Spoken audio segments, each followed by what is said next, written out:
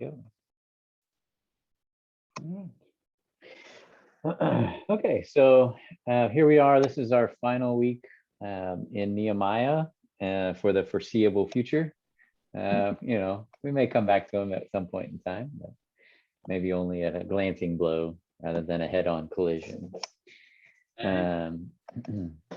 So we're going to look at verses 30 and 31 of chapter 13, the final two verses of the book, and the parallels not only here but then also throughout the rest of the book between Nehemiah and Jesus.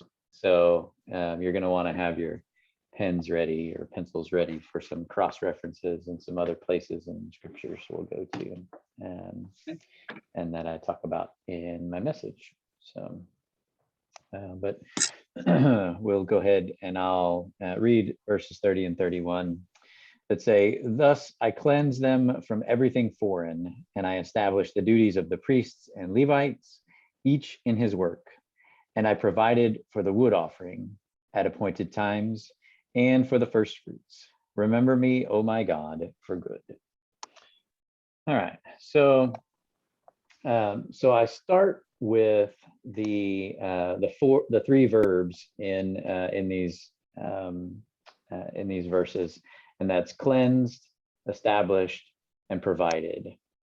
Those three verbs sort of set the stage for how I approach this particular text and how I approach Nehemiah's overall goal and attitude towards what's been happening for the last 13 chapters.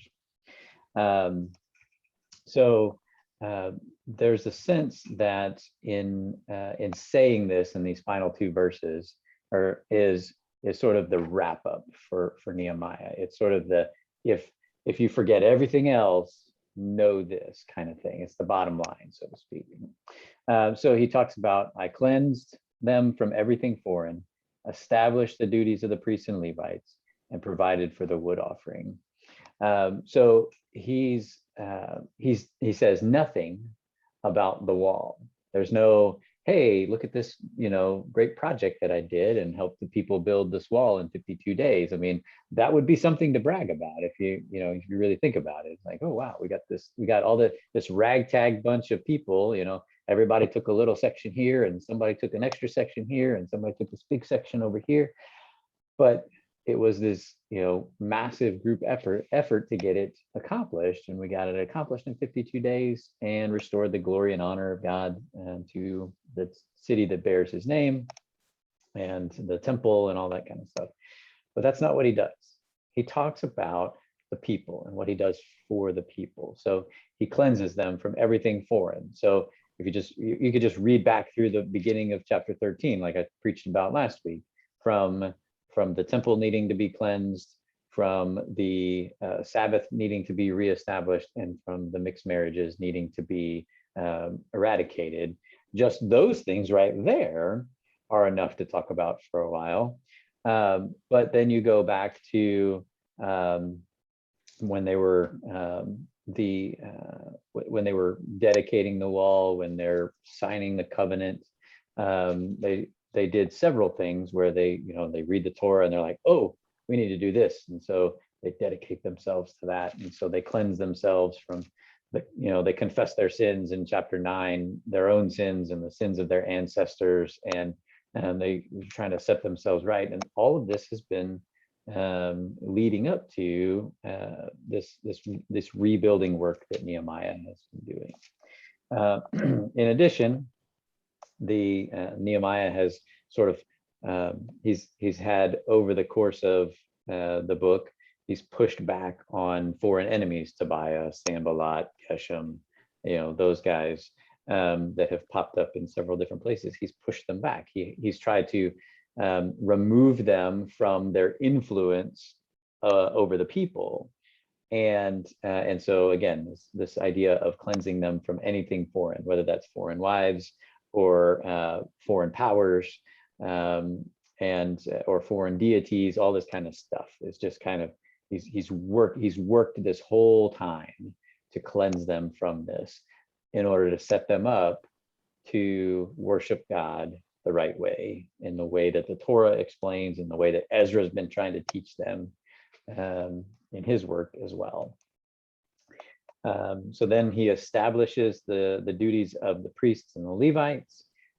He basically he's pulled them aside and says, all right, this is how the Torah says we're supposed to worship. These are the festival days, these are the holy days, this is how the animals need to be done. I mean, it goes back, I could just kind of see him having this sort of group meeting with all of the priests and the Levites, and they've got the scroll out and they're like, okay, it says right here in Leviticus, or what, I don't know what they called it then, but anyway, in the Torah here, it says this is how the Day of Atonement works. This is how, the Festival of Booth works. And this is how, all these other festivals works. And this is how the sacrifices happen. And, you splash the blood here and you burn this part and you keep this part over here, and, all that stuff. I can just kind of see them doing that. They're all kind of gathered around him going, oh, okay, all right. And they're just reorienting themselves to this. So he establishes these practices and he establishes these routines, and he says, this is why we do this. We do this because the Lord laid it out this way. And so we're going to worship the Lord the way that it was laid out for us. And then when it says I provided, this is a little tricky because the actual verb provided is not in the text. It's an addition to help provide some clarity. It's actually the word there is actually for the wood offering. So it's sort of a connection to the previous establishment of the duties of the priests. But what's happening there is that he's coming alongside of the priests and the Levites. And the way that I approach it is that he's going first. He's going first for these offerings, specifically for the wood offering. So I kind of frame it as this big pile of wood, or a big stockpile of wood for burnt offerings. And then he goes first with first fruits. And so he goes out for his produce and he goes first, and he models for the rest of the people, this is how we provide for the worship of God. And so I'm going to show you, here's what it looks like. And I talk about how he is living and modeling a life of trust in God by doing this, because the stockpile of wood that he's giving to them is for burnt offerings that haven't come through the temple courts yet. There's no oxen, there's no sheep, there's no goats, there's no rams that are like, just waiting in the queue to get offered as a sacrifice. He's going first. And then he's, the whole idea about first fruits is that as soon as something ripens in your on your land or whatever, you go and you gather that, and that's the first fruit. And you do that before the rest of the harvest comes in. And it's an act of trust, because you don't know if there's going to be late rain or not enough rain to finish out the growing season, and then to provide you with enough to have for your family and for the things that you need to do after that, to replant for the next season or whatever. So he's going first, and he's trusting that the rest of the harvest will come in and that it will be enough. So anyway, so he is helping to rebuild the people by doing this. And so I've got, let's see, I had my notes in a couple of places, so forgive me for just a moment. All right. So let's see. So all right. So going back to cleansed, and so I did a sort of a dive down on each of the verbs. So for cleansed, the idea is that the people needed cleansing from foreign enemies, from unholy influence, and from their own sin. And then I talk about how he does so. He addresses both personal and corporate sins. that, in chapter 9, there is, yes, the ancestral ancestors that, they committed sins, and so we need to confess their sins. But he also says, he gets them to a point where they say, we have to confess these things that we've done as well. And in much of the Old Testament, there's very little differentiation between individual sin and corporate sin, because the things that happen on an individual level affect the whole community. They're so tight knit, they're so connected to one another, that if, I think about there's a couple in like Achan in I think it's in Judges, maybe in Joshua. No, it's in Joshua. And Achan goes in, and they're told to like utterly destroy this one particular people group. And instead of utterly destroying, he takes like this little silver idol, and he goes and he buries it under his tent, because he wants to keep it and like sell it or whatever. And then all of a sudden, the Lord, like people start getting sick or something like that, and the Lord reveals to Joshua that somebody in the camp has committed sin. They didn't completely, wipe it out, and so people in the community were being affected by this one person's sin, and so it had to be eradicated. And then there's the whole, it gets, I think they burn him up or something like that. It's not pretty. It's not pretty at all. But and then there's Korah in I think that's in Numbers, where he does something wrong, and like a big gaping hole opens up in the ground, and all of his family get dumped in there, and then it comes back over. So this idea that individual sin is just for, between me and God kind of thing, doesn't really exist in the Old Testament. It's more community based. And so if an individual sins, it has community impacts. But then the community, if it's sinning as a whole, it also trickles down to the individual. So it works both ways. So everybody needs to be cleansed. In the idea of being established, Nehemiah knows that the worship of God is the central focus of the people. That's where their focus has to be.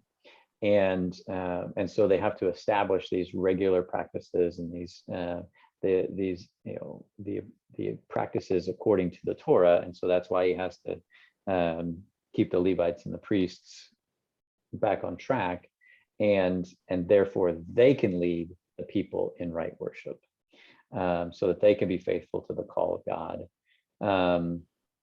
And so again, to combat the whole nobody knows, the kids don't know Hebrew and they can't read it and they can't speak it, it goes back to, it continues the line of Judaism for generations to come, so that they can follow and interpret and live out the Torah on a day-to-day basis and be the faithful covenant people that they've said that they want to be.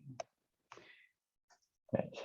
At several points in this book, with some modicum of success and some, oh, what happened here? And then again, provided he's going first, he doesn't leave them to fend for themselves. He goes first to say, here's a stockpile of wood, and it's leading from a position of trust. So this, what I call it his epitaph. I cleansed, I established, I provided. I call it his epitaph. And I contrast that with Julius Caesar saying, I came, I saw, I conquered, being like his, this is what he wants for people to remember in memoriam about him. It's like, wherever I went, I saw something I wanted and I went and got it. And Nehemiah says, I have this, amazing, building project that is part of my history that most people remember him for, but what he wants to be remembered for is this reestablishment of the people in Jerusalem, not just the wall. But that the wall and the people, both projects go hand in hand with one another. They build on each other. So this is his legacy. So then I get into the idea that there's this pattern of things, and I tee it up with, I hope that you've noticed throughout our reading that there are these parallels between Jesus and Nehemiah. And no shame if they don't, but just gonna lift up a few of them. And so I lift up, let's see, 1, 2, 3, 4, 5, 6. I lift up 6 different ones. And the first one is that they both entered into the temple to cleanse it. And I look at Nehemiah 13:8 and Matthew 21:12. Nehemiah 13:8 and Matthew 21:12. And so I talk about how Nehemiah goes in and he sees that Tobiah is there in a place that he's not supposed to be, and he throws him out, throws all the furniture out, and demands that the temple be cleansed, all the grain offerings be put back, and the temple vessels be put back, all that kind of stuff. And Jesus goes into the temple and he sees money changers and people making a profit off of the worship life. And he's in it, and I use the phrase that both of them were filled with righteous indignation in this moment. And Jesus turns over the temple, the money changers' tables, and clears them out. So they both have this moment where they go in and they cleanse the temple. Then the second one is that they both weep over Jerusalem.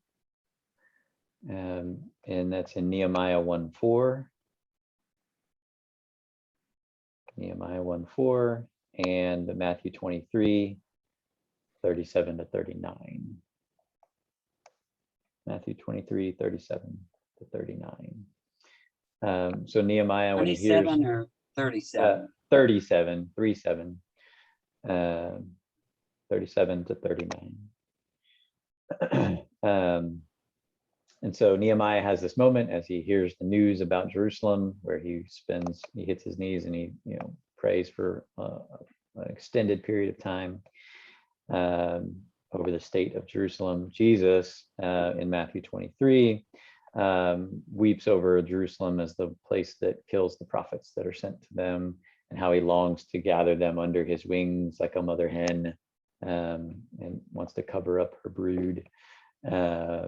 And protect them. And so he weeps over Jerusalem. So that's the second one. The third one is that they both have a form of saying to the people, come, follow, and build. Come, follow, and build.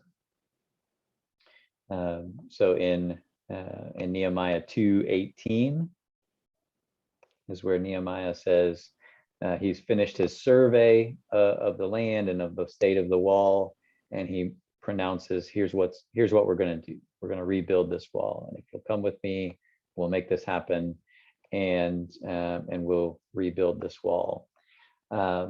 In Matthew 4:18-22, Jesus is walking along the Sea of Galilee, and he calls out to Peter and Andrew and James and John, come follow me and I will make you fishers of men. And they leave their nets and come and follow him. And what ends up happening in both of those scenarios is that as the people come around these two men and they follow their lead, they build not only the wall in Nehemiah's case, but in both cases they build the kingdom of God in their respective time periods. So that's the third one.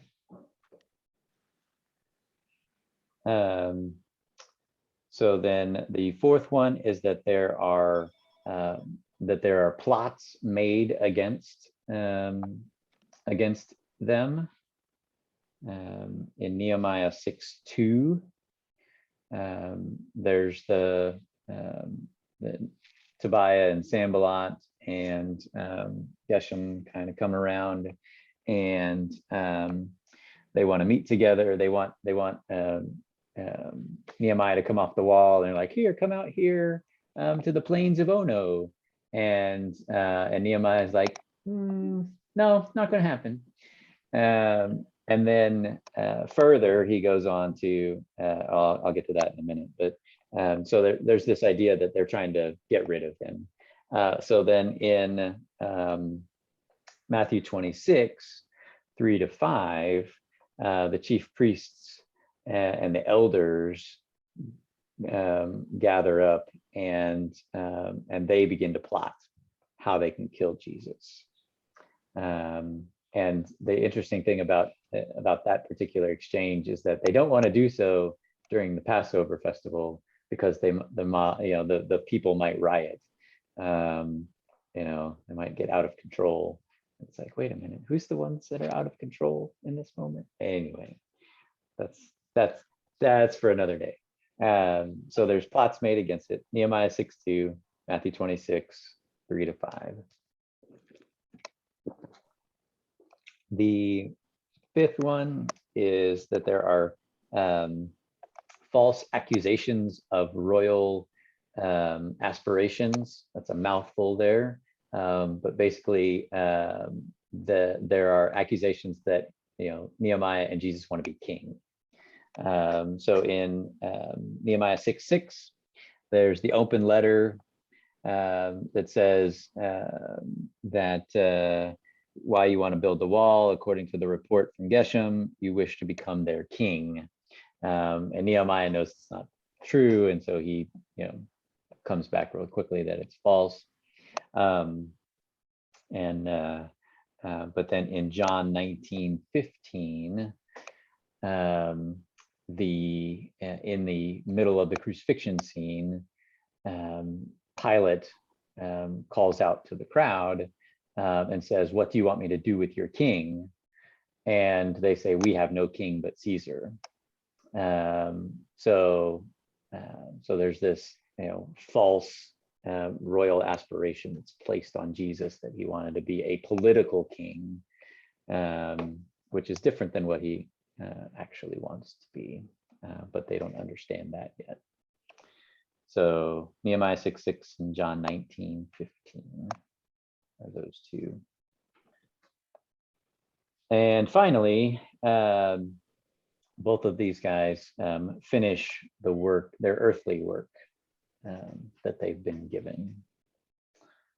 So in Nehemiah 6:15, we see that the wall is finished on the 25th day of the month of Elul, in 52 days. So the work, the earthly work that they've been sent to accomplish for Nehemiah is finished. And then in John 19:30, Jesus from the cross cries out with his final breath that it is finished. So both Jesus and Nehemiah finish the work that they have been sent to do. So those are the parallels that I pull out in these in this particular deal. And then I kind of go back to this idea that let's see, I'm gonna pull up my notes real quick and talk about how again in this moment when Nehemiah could have tooted his own horn, he could have just been like, this was my reason for existing. He turns it away from the building project and points the focus back to the rebuilding of the people as the main thing, and that in and of itself lines up as well with what Jesus came to accomplish um, as the Savior of the world. So let me just make sure I get to the right one. There. So yeah, at the conclusion, he doesn't brag about the wall. He simply states he's ready the people to worship the Lord appropriately. He's cleansed, established, and provided. He speaks of the change in the people that he has set in place. He understands that the rebuilding of the people is more important than the rebuilding of the wall, and sets an example for them to live. And then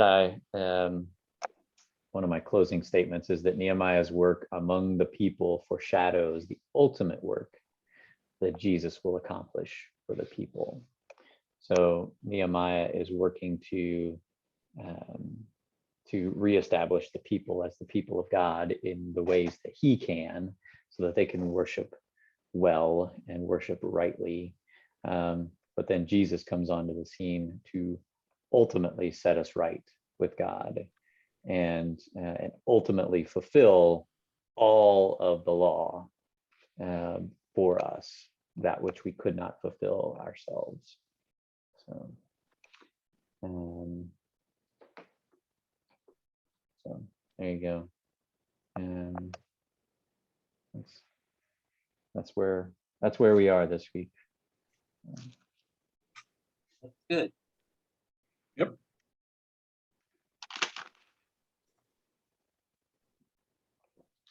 Now, is it my computer? Because Gary has been frozen the whole time. Uh-oh. You moving now? Or is he still No. frozen? No, he's still frozen. Must be your computer. Must be your computer, because I'm glad we got a new computer or internet service, because the other one was too bad. oh, good. Ugh. Sorry about that. At least you're making a good face. It's not like one of those faces where you catch on the news and they're going. Well, can you hear me? The audio is there, yes. Oh, okay. All right. Because I haven't said much either, so I just didn't know. No, I can hear you, but can't see you moving your lips. Okay. Okay. All right. So, so what questions do y'all have about that? Did I go too fast in any of the cross references? I can go back over those if you need. I got them all. If you go back to the cleanse, and you were talking about the two people, Achan, which I remember that story, and that you said that was in Joshua. I believe so. It's like Joshua 6 or 7. Well, that's okay. I can find that. What was the other person's name that was in a different? It's Joshua 7. Okay. And then I think it's Numbers 16 or 17, where Korah, yeah, it's 16, number 16. Okay. Korah, let's see. How you spell that name? It's Korah. Got it. Okay, good. Let's see.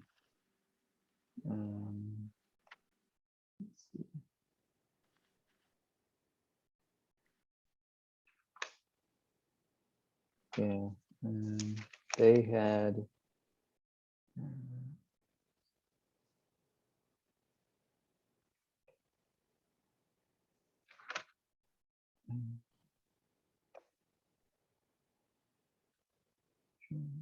So they took. Okay. He didn't take anything. They so Korah, Dathan, and Abiram, they get upset with Moses and Aaron, and they go, "Why are you guys in charge?"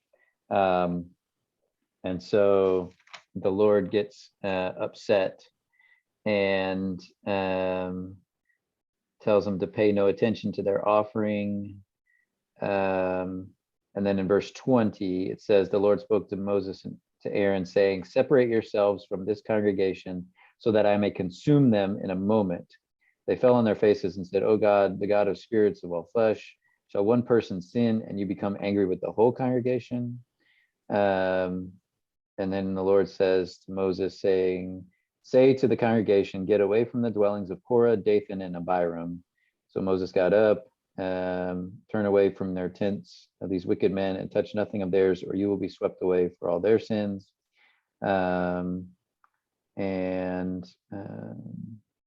They stood in front of their dwellings, and the verse 31, as soon as Moses finished speaking, the ground under them was split apart. The earth opened its mouth and swallowed them up along with their households, everyone who belonged to Korah and all their goods. And then the earth closed back over them and they perished from the midst of the assembly. So yeah, they rose up in opposition to Moses and Aaron. Sorry, I got that story a little wrong. And then the earth opens up and swallows them, and all of their tents and all of their goods and all of their family just, and then everybody goes, all right, I guess Moses and Aaron are the guys. So there you go. Number 16. Numbers gets a bad rap. Once you get past the first, few chapters where they're counting people. If you can get past those. If you can get past that. Yeah. Then you get to some good narratives in there, because 11 and 12 and 13 and 14, they're all like, hey, we don't have anything to eat, we don't have anything to drink, we want to go back to Egypt. Mm-hmm. Yeah, Numbers is where they formed the Back to Egypt committee. So,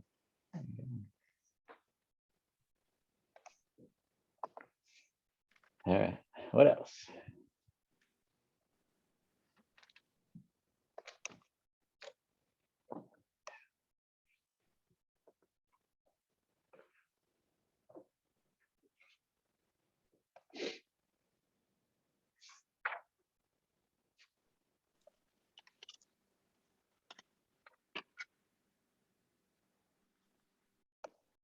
Y'all are quiet today.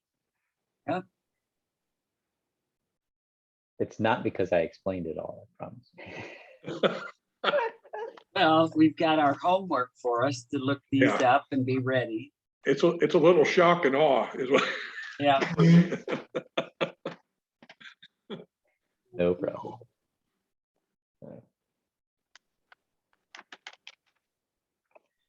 All right.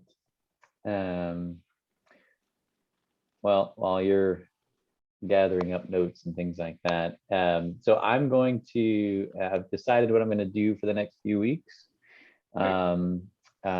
because two different people reached out to me, and it just kind of stirred in my soul. I'm going to do I'm going to do 3 weeks on basically it's called Messy, and the subtitle is Loving Others Isn't Easy. And so there's this idea of loving your neighbor, and what that all involves, and then the idea of forgiveness and what that looks like, not only when we offer and receive forgiveness to one another, but then what ultimate forgiveness looks like through Christ. So kind of progress through that for the 22nd, 29th, and 5th. And then on the 12th, I still plan on kicking off the Unmistakable series through the wilderness. And when we are, whatever Sunday we are back in the building, whether it's the 19th or if we have to move it around a little bit just because of timing issues, then whatever week that is, that'll be a standalone, and I will skip one of the one of the weeks of the series. So it'll actually end up being a 10-week series rather than an 11-week series. But that will last all the way to Advent, and I will get you I'm working now on the reading plan for that. So the texts for the next few weeks are, so there's 4 of them that'll be mixed in. It's Leviticus 19, 15 to 18.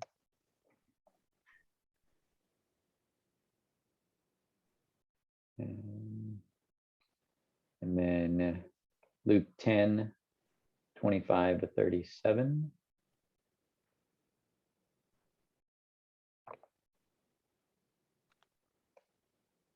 And then Matthew 19, 16 to 30.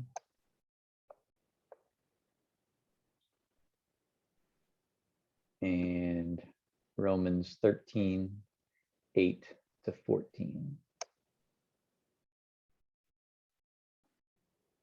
And that's for these 3 weeks. That's for the 3 weeks, yeah. So you can go ahead and have your folks, reading and studying through there. Again, we'll talk about, we'll start with loving your neighbor. We'll move to the idea of what does forgiving look like, not on a human level, receiving it and giving it. And then we'll end with what does forgiveness look like from God.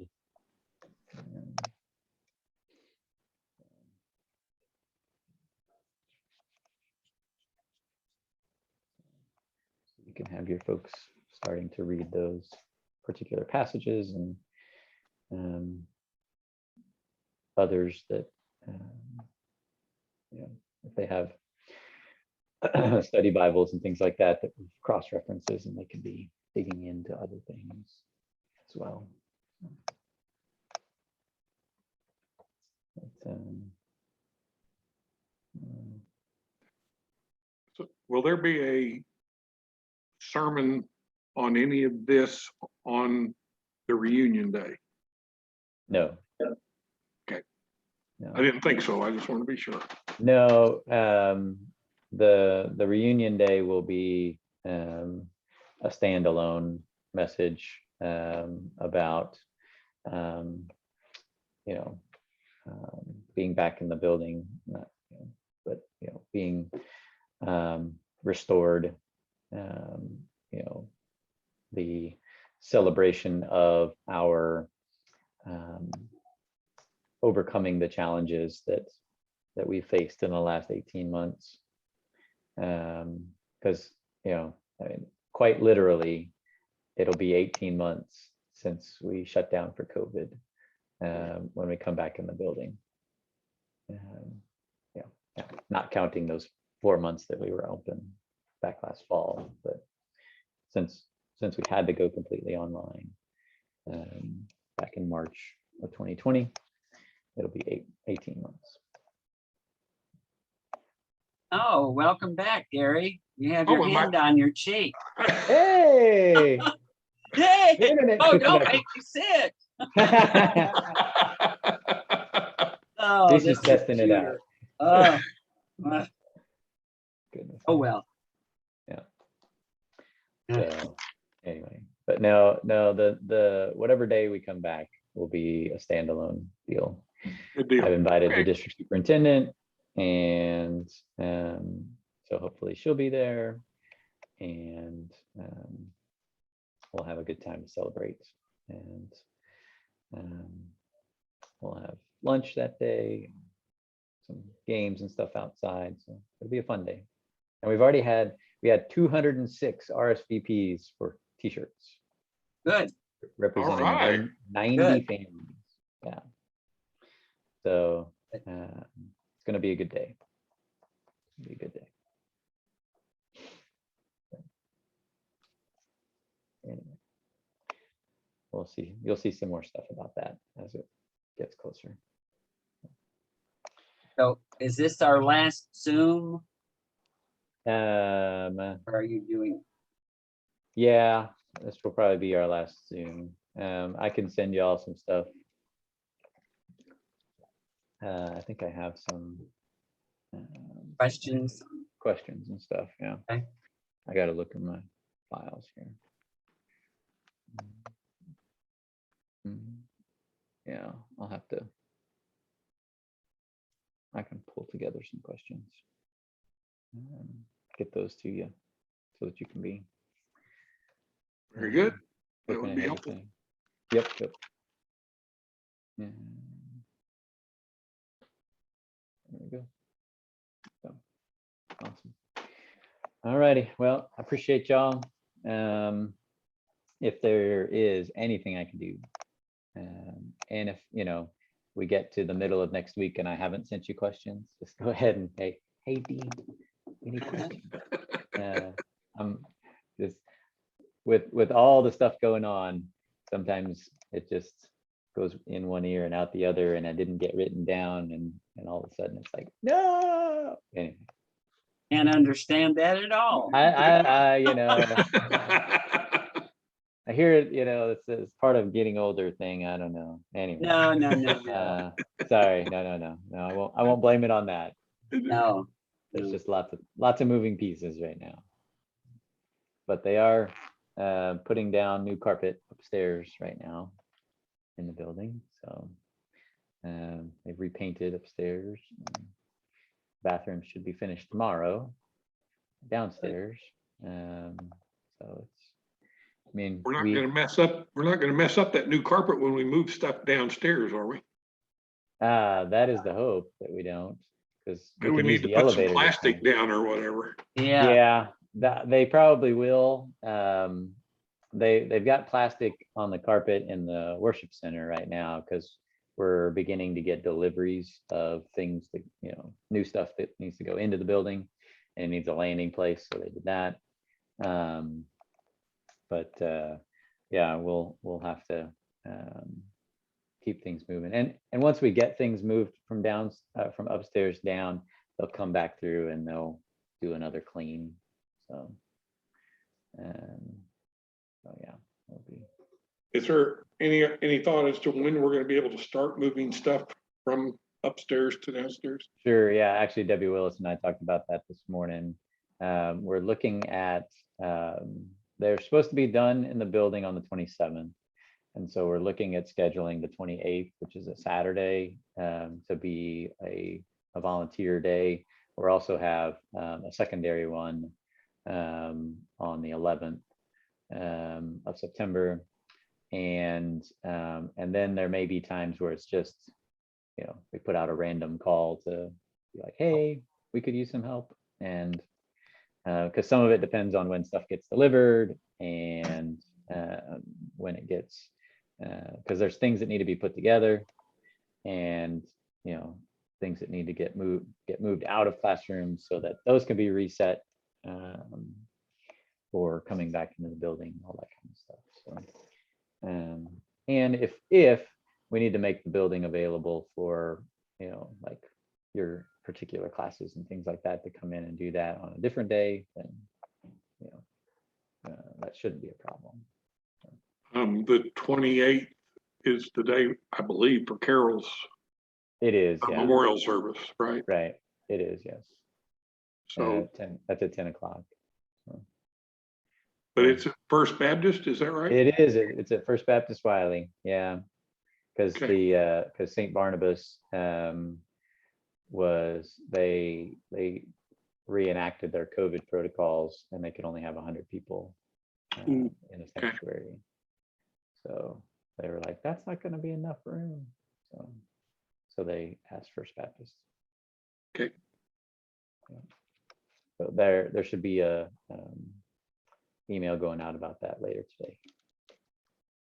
Okay, I got the information from Debbie Crow and also from Kathy Dunlap, but I hadn't seen it yet from the church, and I didn't know if I needed to send something out to my class or not. Right. But if you're gonna do it. Yeah, there's Debbie Willis is going to do an email about that. Okay, Yep. all righty. Yes, yes. Did you get my message yesterday about the bench? I did. called Yes, you. thank you. Yes, you did call You me. can do that after you shut the recording off if you want. It's Okay. up All to right. you. Yeah. No, that's cool. Gary can hear It's it because not now he's secret. moving.